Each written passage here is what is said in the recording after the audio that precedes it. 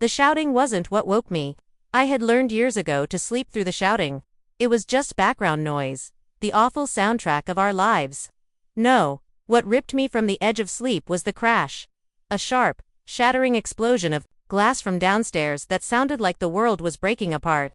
My heart hammered against my ribs, a frantic bird trapped in a cage. I sat bolt upright on the edge of my bed, my phone already clutched in my hand like a lifeline, the cold plastic slick against my sweaty palm. I prayed, a desperate, silent plea to a God I wasn't sure I believed in anymore. Please, not this time. Don't let him come up here.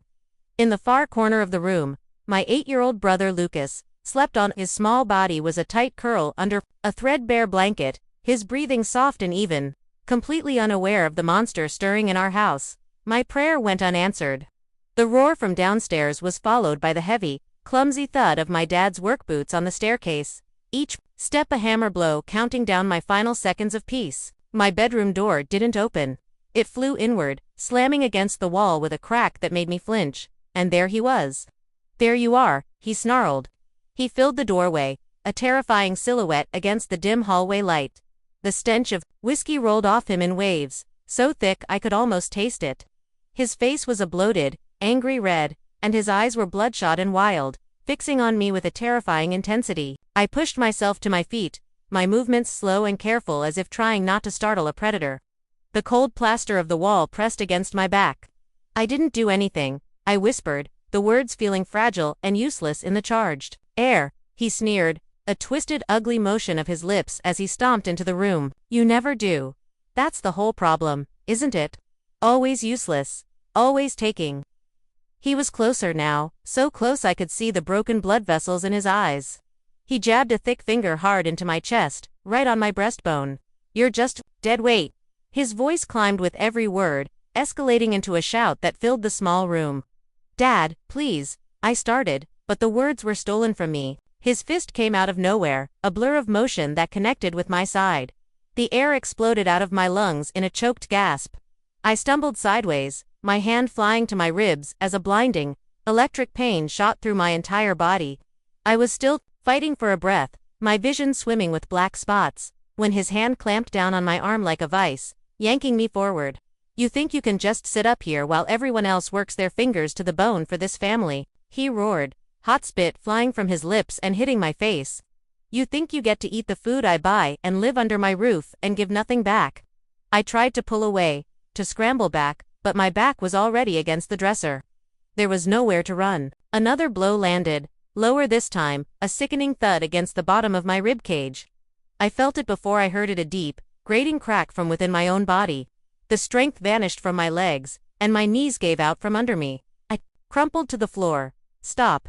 The word was a desperate, strangled sound, forced from a chest that refused to work. I clutched my side with both hands, trying to hold myself together. Please, just stop. That's when I saw her.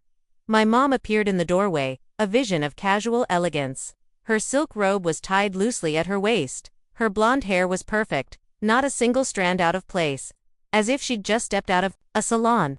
She leaned against the doorframe, a full wineglass dangling from her fingers, her lips curled into a faint, chilling smile as she watched the scene unfold. You know, you deserve this, she said, her voice as smooth and cool as the wine she swirled in her glass.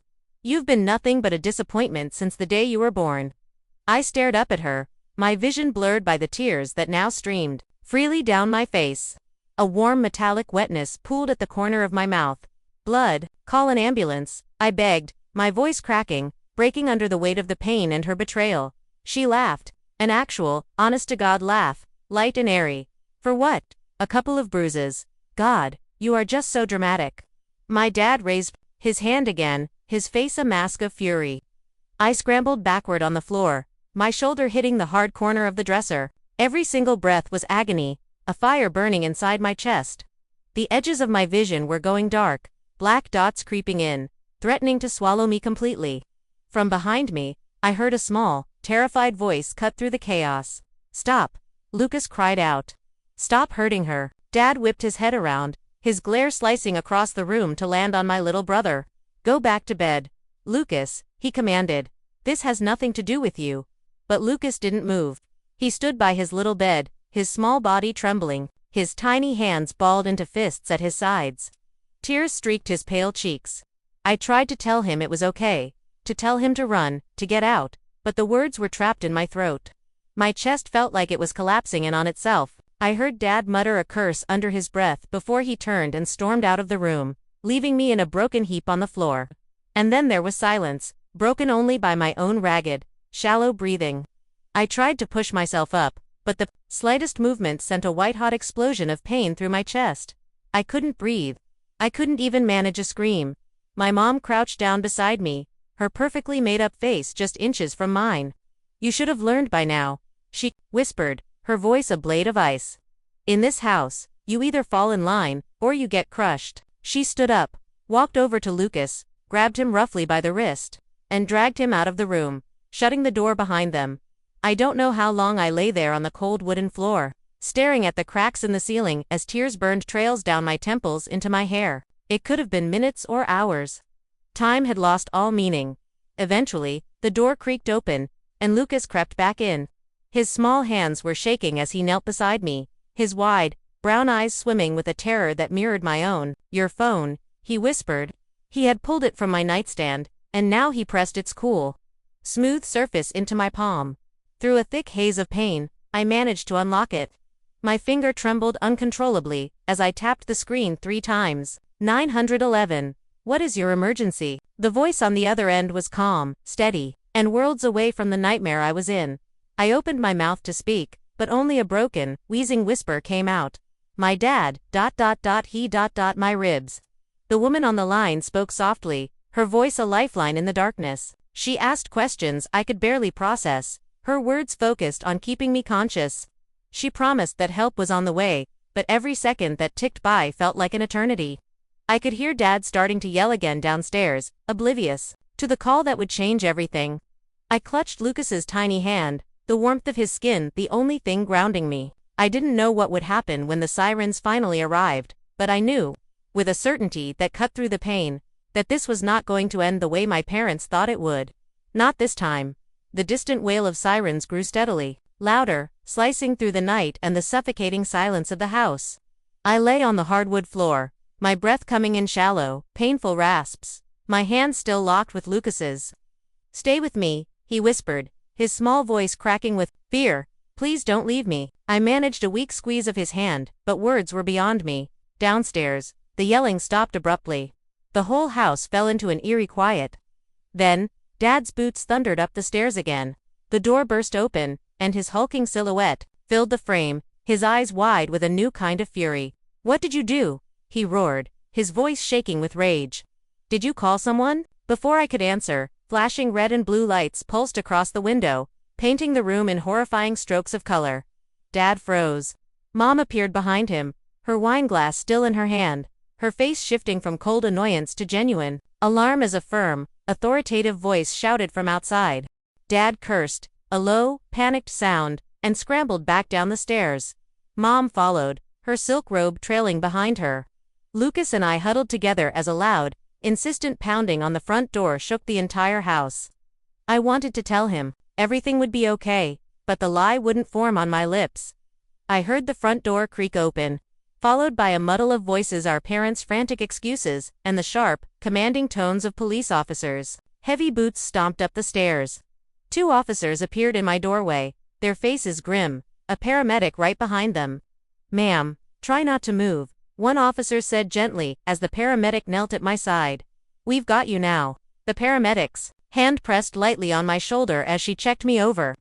"We think your ribs may be fractured," she said in a soft, calm voice. "Just try to breathe. We're going to take this slow." Lucas clung to my arm, a tiny, terrified anchor.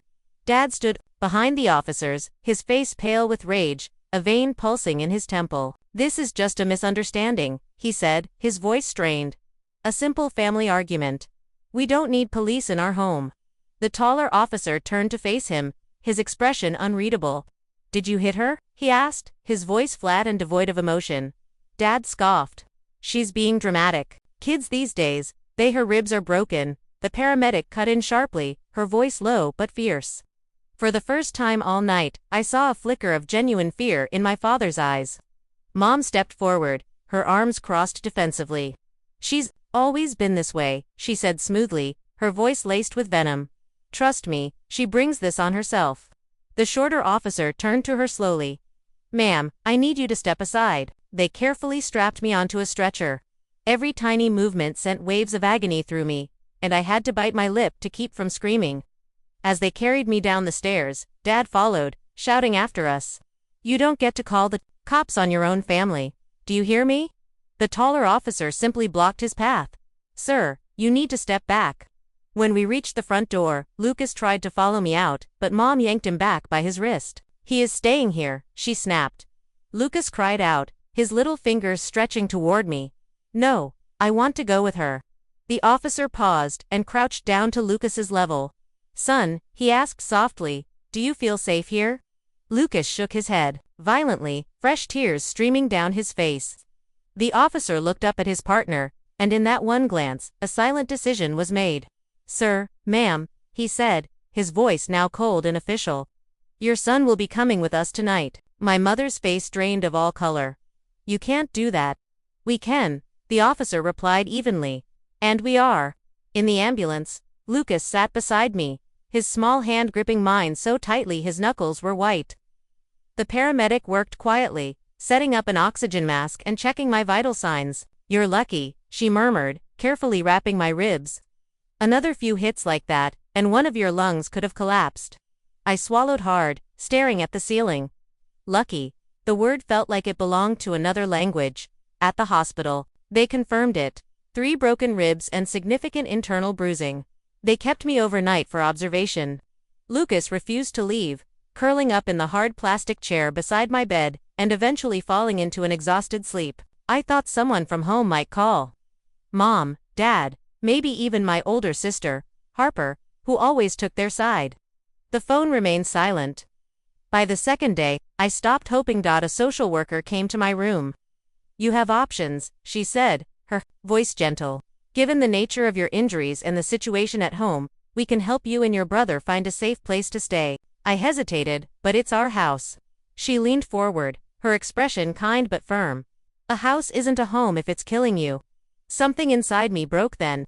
Not a bone, but something deeper, something I had been holding together with sheer will for years. I gave a slow, deliberate nod. Lucas, awake now, slipped his hand into mine. A week later, we left. We didn't go back for our clothes, our pictures, or any piece of our old life. It felt like stepping off a cliff into total darkness, but for the first time I could remember, I wasn't scared. I was free. Or so I thought. 2 months later, a call lit up my phone screen, and my stomach plummeted to the floor. It was Dad. I almost didn't answer. But a dark curiosity, a need to know, made me press the green button. The first thing I heard was his voice, but it was different, panicked, shaky, broken. "They're coming for us," he stammered. "We need your help." And in that single moment, I understood. That 911 call hadn't just been an escape, it had been a trigger, setting in motion a chain of events I hadn't even begun to comprehend. I gripped the phone tighter, his frantic voice cracking through the static. "They're coming for us, Claire," he repeated, his voice barely a whisper. "The cops, social services, everything's falling apart." I closed my eyes, letting the silence stretch between us. "You mean it's finally fair," I said quietly. "You have to help us," he begged. I could hear Mom shouting hysterically in the background, Harper sobbing. Their perfect world was collapsing around them. "We're family. Family." The word was acid on my tongue, burning more than my broken ribs ever had. I took a slow, deep breath, steadying myself. "You made it very clear that I was nothing to you," I said, my voice soft but unshakable. "Now, I'm just returning the favor." I hung up. In the weeks that followed, their lives completely unraveled. The hospital had filed a report, which triggered a full investigation. The detectives uncovered everything. Dad's massive hidden debts, Mom's fraudulent business dealings, and a long history of abuse that neighbors were now willing to talk about. The house I once feared became their prison. Frozen accounts, court summonses, endless interrogations. They turned on each other like cornered animals. Their perfect facade crumbling to reveal the ugly truth beneath. Lucas and I never looked back. 6 months later, I stood on the small balcony of our new apartment. Below, Lucas was chasing fireflies in the grass, his laughter echoing in the quiet evening. The night air was cool and smelled of approaching rain.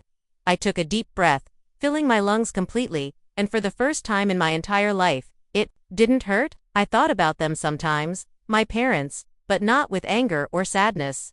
I felt nothing at all. Some people are storms, and the only way to find peace is to finally step out from under their shadow. And for the first time, Lucas and I were standing in the sunlight. We were finally free.